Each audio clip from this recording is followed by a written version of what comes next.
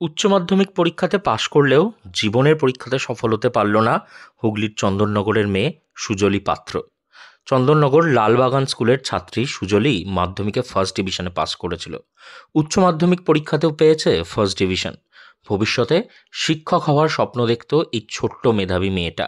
তবে আক্ষেপ একটাই যে নিজের সাফল্যটা নিজের চোখে দেখে যেতে পারল না এই মেয়েটি। গত মাসের 28 তারিখে ক্যান্সার আক্রান্ত হয়ে মৃত্যু হয়েছে সুজলির। ছোটবেলা থেকে মা হারা মেয়েটা মামার কাছে মানুষ। আজ মেয়ের যখন উচ্চ মাধ্যমিকের ভালো ফল করলো, সেই সময় চোখে জল তার মামার। আমার তো মনে হচ্ছে যদি দেখতে পেত তাহলে যাই হোক, আমি তো শান্তি পেতাম। ওই শান্তিটা আমি পেলাম না। খুব লড়াই করে পরীক্ষাটা দিদিমণি বর্দিও খুব হেল্প করেছে স্কুলে, আর হসপিটালের দিকটা আমিও খুব পরিশ্রম করে। তবে পরীক্ষা দিতে দিতে অসুস্থ হয়ে পড়েছিল। তো পরীক্ষা দিতে দিতে লাস্টের পরীক্ষার দিনে একটু অসুস্থ ছিল, দুদিন। বললো যে আমি বাইরের ওইটাতে ঘরটাতে বসে পরীক্ষা দেবো না, বেডে বসে দেবো। আমি বললাম নার্স দিদিদের সাথে সব রাজিও হলো। কটা পরীক্ষা হাসপাতাল থেকে দিয়েছিল? 4টে। কোথায়, কোন হাসপাতাল? এনআরএস নির্বাচন সরকার হসপিটাল। আচ্ছা, ও তো মাধ্যমিকে ভালো ফল করেছিল। হ্যাঁ, মাধ্যমিক কত পেয়েছিল? ওই তো মাধ্যমিক দেখবেন তো 60%। হ্যাঁ, 60%। কি হয়েছিল কি ওর অ্যাকচুয়ালি ছিল টিউমার হয়েছিল প্রথম 2 বছর আগে। তারপর টিউমার থেকে ওটা দাঁড়িয়ে যায় ক্যান্সারে। 28টা কেমো চলে, 28টা কেমো 4 রাউন্ডে, একটা রাউন্ডে 7টা করে, 4 রাউন্ড কেমো চলে। তারপরে আলাদা ইঞ্জেকশন আছে, ওটা কমে যাচ্ছে ব্লাডে, তো তার জন্য অনেক ইঞ্জেকশন। এটা কবে ধরা পড়েছিল? 23 সালে। 2023 সালে ক্যান্সার ধরা পড়ে। প্রথমে ওভারিতে টিউমার, সেই টিউমার থেকে ক্যান্সার ছড়িয়ে পড়ে সারা শরীরে। অপারেশন, তারপর কেমোথেরাপি নিয়ে লড়াই চলে যাচ্ছিল। স্কুলে বরাবরই ভালো ছাত্র ছিল সে, পাশাপাশি স্কুলের সব রকম অনুষ্ঠানে অংশ নিত।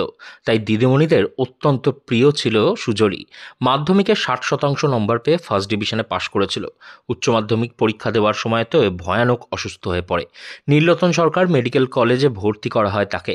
হাসপাতালের বেডে বসেই বাকি শেষ 4টি পরীক্ষা দিয়েছিল সে। সুজলির যখন 11 দিন বয়স, তখন তার মা মারা যান। সেই থেকেই মামা সত্যজিৎ রায়ের কাছে মানুষ। মণ্ডলপাড়া জুট মিলের শ্রমিক, অনেক কষ্ট করে ভাগ্নিকে বড় করে তুলেছিলেন। ক্যান্সার ধরা পড়ার পর সব রকম চিকিৎসার ব্যবস্থাও করেছিলেন তিনি। স্কুলের শিক্ষক শিক্ষিকারা সুজলিকে অনেক সাহায্য করেছেন। কিন্তু ভাগ্যের নির্মম পরিহাসকে কে খণ্ডাতে পারে? কোনোভাবে উচ্চ মাধ্যমিক পরীক্ষাটা দিয়েছিল ঠিকঠাকই, তারপরে আবারও সুস্থ হয়ে উঠতে পারেনি। উচ্চ মাধ্যমিকের ফল বেরোনোর আগেই পৃথিবীতে ছেড়ে চলে যেতে হয় তাকে। রেজাল্টটা যখন বেরিয়েছে আপনি জানলেন কি করে? কোথা থেকে জানলেন? খবর দিল। কে? বর্দি স্কুলে, বর্দি ওদের কি বললো?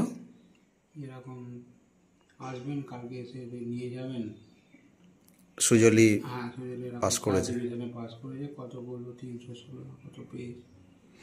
মানে মনে হচ্ছে এখন তো সেই একটা মনে হচ্ছে আরো, মানে সেই শুনে আরো খারাপই লাগলো যে এত কষ্ট করে পরীক্ষা দিল, পরীক্ষা দিতে দেখে যেতে ওর পারলো। তো জেদ ছিল খুব, বলেছিল যে না আমি শিক্ষিকা হতে চাই বড় হয়ে। পড়াশোনার মধ্যে জেদ ছিল, আর ছোটবেলায় তো খুবই ভালো পড়াশোনায় ছিল, ফার্স্ট সেকেন্ডও হতো। 7, 5, 6, 7 লালবাগান স্কুল থেকে। স্কুলে প্রচুর ভালোবাসতো দিদিমণিরা। শুধু পড়াশোনাটাই সব নয়, সামাজিক শিক্ষাটাকে খুব ভালো আমি দিয়েছিলাম। আচ্ছা, সব দিদিমণিরা তার জন্য ওকে বেশি ভালোবাসতো। ওর শিক্ষাটা খুব ভালো ছিল, সবাই খুব ভালো ব্যবহার ছিল, সব ভালো ছিল। ওই জন্য ফার্স্ট সেকেন্ড না হতে পারলেও দিদিমণিরা ওকে সব, যত বাচ্চা আছে তার মধ্যে আমার দিদিমণিরা সবসময় ওকে, বড়দিরা স্কুলের সমস্ত দিদিমণিরা ওকেই বেশি ভালোবাসতো সব সময়। মানে স্কুলের পরীক্ষায় পাস করেছে কিন্তু জীবনের পরীক্ষায় ফেল করে, পরীক্ষায় পুরোপুরি ফেল করে গেল। উচ্চ মাধ্যমিকের ফল বেরোনোর পর স্কুল থেকে ফোন করে জানানো হয়েছে সুজলি প্রথম ডিভিশনেই পাস করেছে। আগামী দিন তার রেজাল্ট আনতে মামা যাবেন স্কুলে।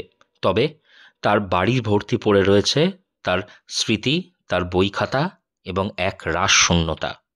হুগলি থেকে রাহি হালদার, লোকাল 18 বাংলা।